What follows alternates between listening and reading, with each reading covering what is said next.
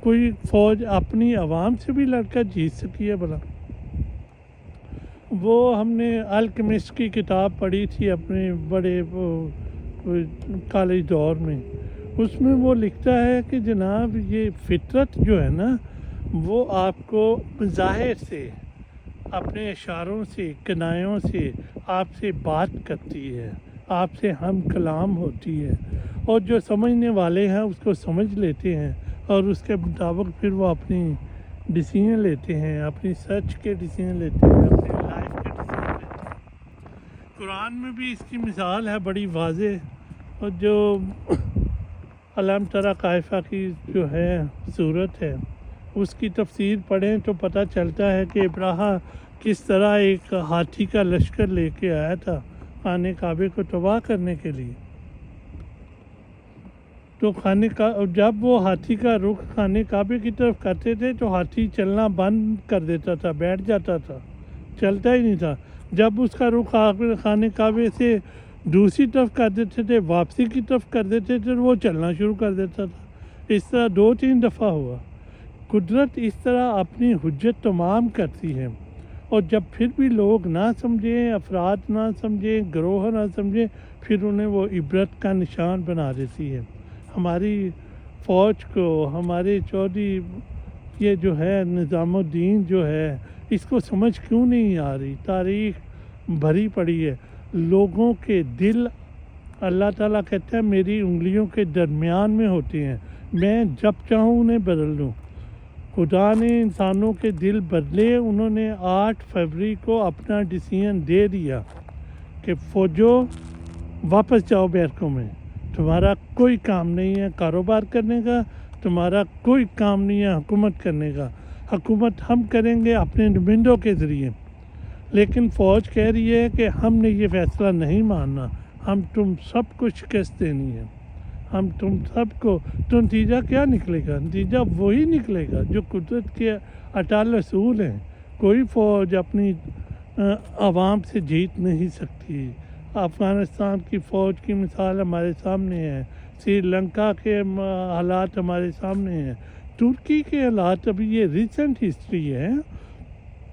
ترکی میں فوج نے کیا کرنے کی کوشش کی تھی، عوام سڑکوں پہ نکل آئے، پھر کیا ہوا؟ تو اس لیے پاکستان میں بھی ایسا ہی ہوگا، یہ نہیں ہو سکتا۔ عمران خان اپنا کام کر چکا ہے، وہ انقلاب برپا کر چکا ہے۔ 8 فروری کو پاکستان میں انقلاب برپا ہو چکا ہے، اس کو روکا نہیں جا سکتا، وہ آ کر رہے گا۔ فوج یہ جتنی بات اچھے طریقے سے سمجھ لے اتنا ہی بہتر ہے۔ اگر فوج نے یہ ڈیسیژن کر لیا کہ انہوں نے 100 جھوٹے بھی کھانے ہیں اور 100 پیاز بھی کھانے ہیں، تو پھر کیا ہو سکتا ہے؟ پھر کچھ نہیں ہو سکتا، پھر ان کی اپنی مرضی ہے، تباہی ان کا پھر مقدر ہوگا۔ لیکن ہمارا مسئلہ یہ ہے کہ اگر یہ فوج تباہ ہوگی تو پاکستان بھی تباہ ہوگا۔ تو ہم تو یہ نہیں چاہتے ہیں، یہ فوج ہماری ہے، یہ انسٹیٹیوشن ہمارا ہے، یہ کیوں تباہ ہو چند بغیر جنرلوں کی خواہشات کی وجہ سے؟ یہ جو جرنیل ہیں جو ہماری فوج کی طاقت کو، ہماری اسٹیٹ کی طاقت کو یوز کر رہے ہیں اپنے اقتدار کے لیے، ان کا احتساب ہونا چاہیے، ان کے کورٹ مارشل ہونی چاہیے، ان کی سر عام پھانسیاں ہونی چاہیے۔ ہماری فوج کا اس میں کیا قصور ہے؟ فوج ہمارا انسٹیٹیوشن اگر تباہ ہوگا تو وہ پاکستان تباہ ہو جائے گا۔ اس لیے فوج میں جو وائس آوازیں ہیں، جو سمجھدار ہیں، جو سمجھدار تھنک ٹینکس ہیں، وہ آگے بڑھیں، نکلیں اور مشرف کو شٹ اپ کال دیں۔ یہ جو عاصم منیر ہے اس کو شٹ اپ کال دیں اور کہیں کہ انف از انف ناؤ، کہ کچھ کنٹرول نہیں ہو رہا، ہر چیز آپ نے بدماشی سے چلانی ہے، جمہوریت بھی بدماشی سے چلانی ہے۔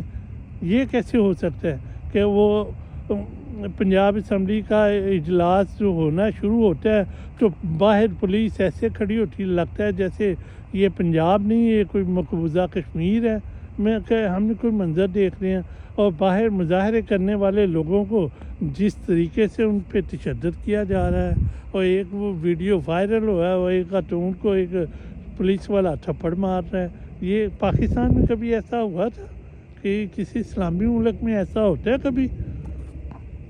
اس لیے ہوش کے ناخن نے، ورنہ اگر ایک چنگاری بھڑک پڑی تو یہ معاملات کسی کے کنٹرول میں نہیں رہیں گا۔